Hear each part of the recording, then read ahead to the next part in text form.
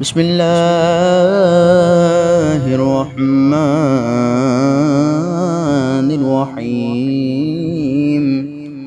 يا أيها المزمل قم الليل إلا قليلا نصفه وانقص منه قليلا أو زد عليه ورتل القرآن ترتيلا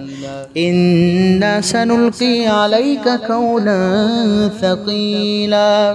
إن ناشئة الليل هي أشد وطئا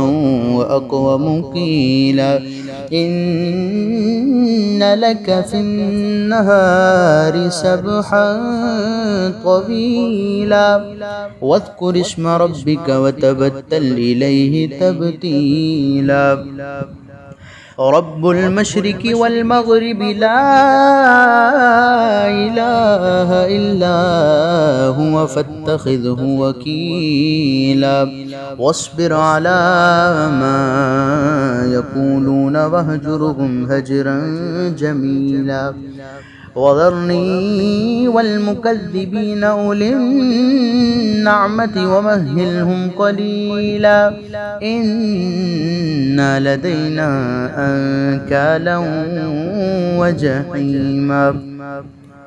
وطعاما ذا غصة وعذابا أليما يوم ترجف الأرض والجبال وكانت الجبال كثيبا مهيلا إنا أرسلنا إليكم رسولا شاهدا عليكم كما أرسلنا إلى فرعون رسولا فعصى فرعون الرسول فأخذناه أخذا وبيلا فكيف تتقون إن كفرتم يوما يجعل الولدان شيبا السماء منفطر به كان وعده مفعولا إن هذه تذكرة فمن شاء اتخذ إلى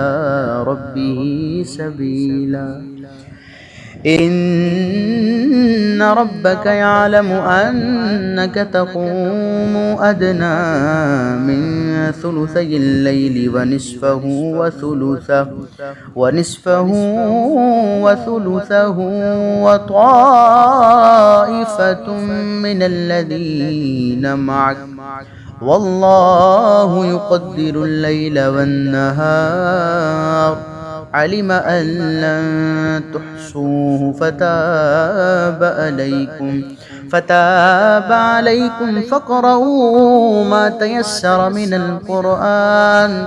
علم أن سيكون منكم مرضى وآخرون يضربون في